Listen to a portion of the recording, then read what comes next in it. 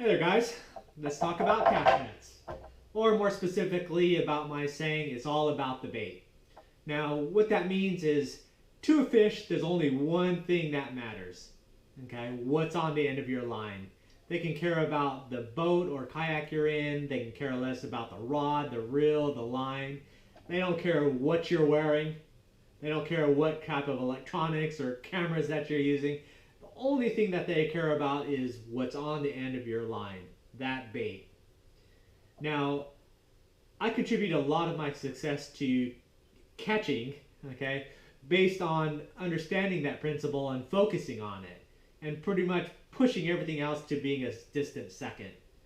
So now, if you've ever watched any of my videos, they pretty much all kind of evolve around me starting off with some sort of bait catching.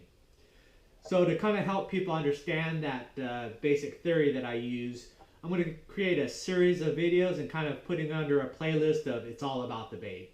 Actually one exists, so I'm going to add to that one. Okay, and I'm going to do like a series of videos. So like the first one I know, today's video, it's going to be about how to throw a small cast net. The 3-foot to 6-foot radius cast net. Then I'm going to do a second video, and that's going to be about how to throw the larger net, the 7-foot to the 12-foot plus nets. Now, the reason why I'm splitting up those two specifically is that there is a basic principle difference between those two. For a small net, the importance is on the actual physical throwing of the net. The technique in throwing it is the important part.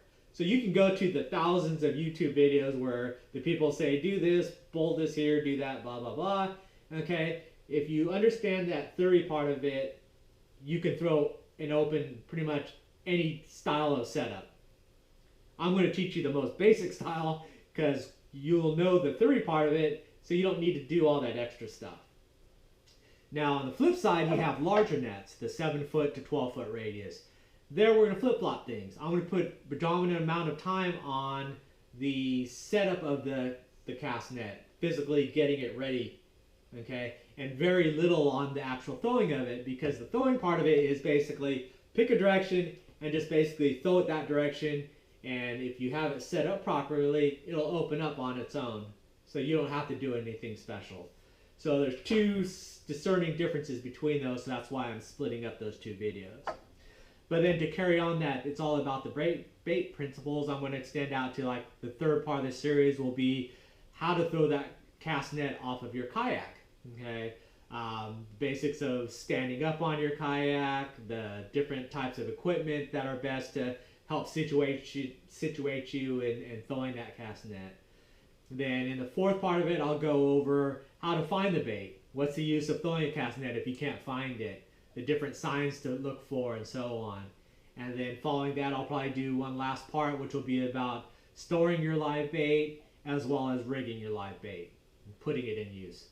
So that's kind of the plan of attack. I'm going to spread these out. I'm going to do the how to throw the cast nets pretty quickly because those are the probably predominantly the most important part, and I think most people will find those helpful. So let's get started, and we're going to focus on throwing the small cast net. Thanks for watching. Okay, let's get on to how to throw a small cast net. Like I mentioned earlier, the key to throwing a small net is the technique, not the setup. So basically, how you physically throw the net is the key part. What that means is you can go onto YouTube and look up how to throw a small cast net and get 1,000 different videos of different ways to set it up and hold it and so forth and so on. But what I'm saying is that once you learn the correct technique of how to basically throw the net, all of those systems will work. Okay? But once you know how to throw it with the correct technique, you can strip all that stuff and just go to a bare bones setup and it'll work just as fine. Okay? People do all the other adjustments because that happened to be what they were doing at the time that they figured out how to throw the net. So then things go off in their head and they figure how I set that net up is the reason why I'm throwing it correctly. But in reality what it is that they did it 20 times before, 20 different YouTube videos, probably tired of throwing it, but that 21st time they did it and all of a sudden it worked, and now they kind of understood how they threw it, but they relate that 21st setup was the correct way. So what I'm going to show you is that once you learn that technique, it doesn't matter. You can just go down to the stripped down instruction manual on the back of the paperwork that comes with your cast net, and it'll work fine. Okay. So the first way I show people how to learn that technique is with the old bath towel and a coffee table. Okay. The way that's going to work is once you've got the net set up, okay, you got it opened up here, and we'll go up to the setup next. Okay, the basic throw that you're going to be doing is just like if I asked you, or you were supposed to set like a tablecloth or your bed sheet, okay, or putting a towel on a coffee table so it covers it. And the way you're going to throw it is that you're going to rotate it around, throw it out, so that your top right hand of the towel is going to be the bottom left hand of the table. And your top left of the towel is now going to be the bottom right of the table. And it's that spinning motion, okay, that you're looking for that is going to help you to understand your hand movements to get that net open. The reason being with small nets is that you physically have to get that net open. It won't naturally open. Like the large nets I'm going to show you, when you set it up, the throwing doesn't matter. It's all into the setup. Once you got it set up correctly, you just lob it out there and that system will open the net. Totally different with small nets. You physically have to throw it in a way that it forces itself open. And that's what the rotation does. Okay? That spinning motion, the right coming around and the left coming coming down, creates that reverse counterclockwise action and gets that net spinning in the air. That opens it up, it forces the net open, and then the wind catches it and that keeps it open, and then it lands. So that's what the spin that we're doing. And to get people to understand it, that's why the towel situation. Got it open, okay, rock it, run it, spin it, and drop it. So that's that motion that you're going to do. Now, the other aspect I want you to focus in on when I do the setup, as well as showing you the how-tos throwing it in actual life, is the rocking motion. Okay, you'll see that a lot.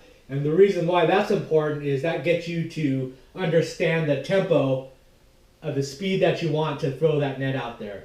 Now, you don't want to be launching a net like in jam it out there as hard as you can. Okay, what that does is that causes those weights to bundle up and jam into the net, and that's why you end up with a clump. A lot of times when you're focusing on hitting a target like a bait that's moving and you mess up and it just clumps up, that's what's happening. You're forcing it. Instead of concentrating on the opening it, you're whipping it out there, and that gets the net all jammed up, and just if the net doesn't open up, you're not going to catch the bait. It doesn't matter. Priorities always get the net to open. Okay. So what that momentum, that rocking does, is you run it forward, it goes back, and then that same pace that you're moving forward now, that's your forward momentum speed. You don't want to go more than that. You're basically just lobbing it out there because you need to give the net time to open up, to start rotating and then spreading out and opening. If you do it too fast, it doesn't have a chance to do that. The other tip is, once you have that quarter net opened up, you want to keep that distance between your hands the same. Okay? While you're throwing it, you want to keep that same range open. That keeps that net open and helps it to open up even more. If you close your hands, you start throwing it, and then your hands get closer, just like that. It collapses the net, and there's no way for it to open at that point. All it could do is get back together again, and if it doesn't get that expansion open, then it doesn't catch the wind, and then it's just a clump there. Okay, so that's the key components there. You want to basically your side facing the way you're going to throw it. Keep that net open the whole time. Throw that momentum, follow that momentum. That'll keep you from over pushing your net. Okay? Just follow it, be smooth about it, and then when you throw it out, rotate it and drop it. And that's that rotation you're looking for. You'll go at different heights, of course, but that's that rotation. The net result, you'll have 3/4 of the net in your right hand and 1/4 in your left hand. So that's why the right hand coming over the top is such a drastic swing. It's got to carry and open up and spread out and fan out those 3/4 of the weights. The left hand is just as important because if you don't get that bottom part spinning, it's just going to clump up over here. As that rotates, it hits this spot where they're not moving and it's just going to jam it. So as you're throwing it out there, you want to bring that left hand tucked down, and that gets the bottom portion of the net moving, and then you have the 360 degrees rotating and then opening.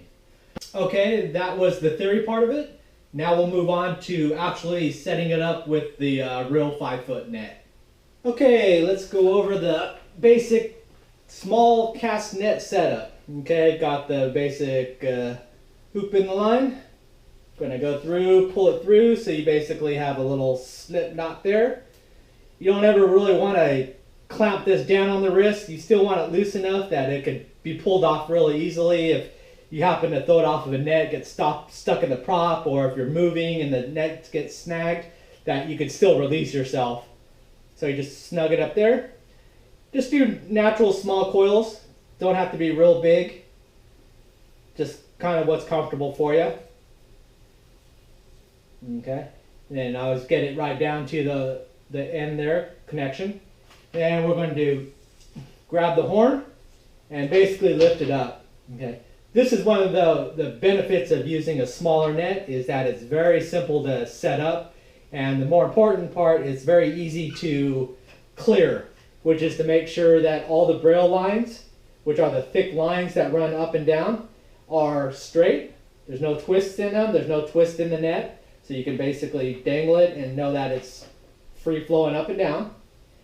Then you can reach down, grab one, and give it a shake. As you can see, I've got kind of a bundled mess there, but as a 5-foot net, I could basically hold the net up. I open it, create 2 parallel lines, and nothing is locked up, so we are clean. Little bind there, so we're good to go. That is why with a large net, it's almost impossible to do that. And if you watch my other video on which cast net is best for you, it kind of explains this stuff. So anyways, we got it set. Okay, we know it's clear, it's all clean, no tangles. You're basically going to grab that the net, just have the rope, you're just going to grab the net about hip length. Okay, as you're throwing the net, if you're throwing it farther, it's good to be about halfway so it's in a comfortable length. If you're going to be throwing it in a near vicinity where you're not going to have a chance to get a lot of momentum, then you could grab it at a higher amount, because the higher you do it, the more open that you could start off with. So this is almost all the way open when you've got it that way. Versus how we're going to throw it normally, it's just going to be about halfway or 2/3, just depending on how tall you are. So just got about waist high. Not cupping it like usual. The first thing that people generally do is you grab it once and then you do a circular. Not with these small nets. You don't have to do that. Just grab it about halfway, and that's it. Okay. Then the next part of it is just grab one of the weights or the line and just bring it forward. I like to do this just the second guarantee that there's no tangles or anything. And then once you've got it extended out all the way, and the way you're going to do it, you're just going to grab from the bottom, bring it out, extend it out. Okay. Then what I do is I bring it back and I overlay it, that clump of net that's on my hand there, and then I put the weight or the line just between my thumb and forefingers. Okay. Then on the left hand side, I just follow it down to where it comes to a point. We're back to the beginning again, and that's a natural angle there, which creates basically a quarter of the circumference. So there we go. So it's already basically a quarter of the way open. Now this is where you're going to kind of see why that action is important of getting that rotation. As you can see on my right hand side, that's 3/4 of this net is in my right hand side, where this left side is already open and it's just the one strand. But when I talk about doing that rotation, throwing it, so this gets that fanned out, the single piece as it's going out, still needs to follow that rotation by bringing it down. And that gets that full 360. So that's our basic setup. Very quick and easy, okay? So I drop it down there. I'm just gonna make my nice little circles here. And once you do it a few times, you'll get it so it almost ends up in the right spot every single time. Grab the horn. I'm going to bring it up all the way so the weights are dangling. I usually will grab it by that point so I know that it's straight. I'll grab at that point, reach down, clear that net. So they're both parallel, nothing kinked up. So we're good there. Let it down. Drop it down. I can grab it kind of where I want my left hand, so it's easier for me to grab with my right hand. And that's it is. We're just basically folding it basically in half. Okay? Then we're just going to reach down, grab one, bring it open. Make sure you give it a little bit of shake to make sure it's not kinked up still. And we're just going to place that over our hand and basically hold one of the weights between our thumb and forefinger. And we're just going to follow that left hand line down. Comes to where it comes to a point. And we're ready to go. It's a quarter of the way open.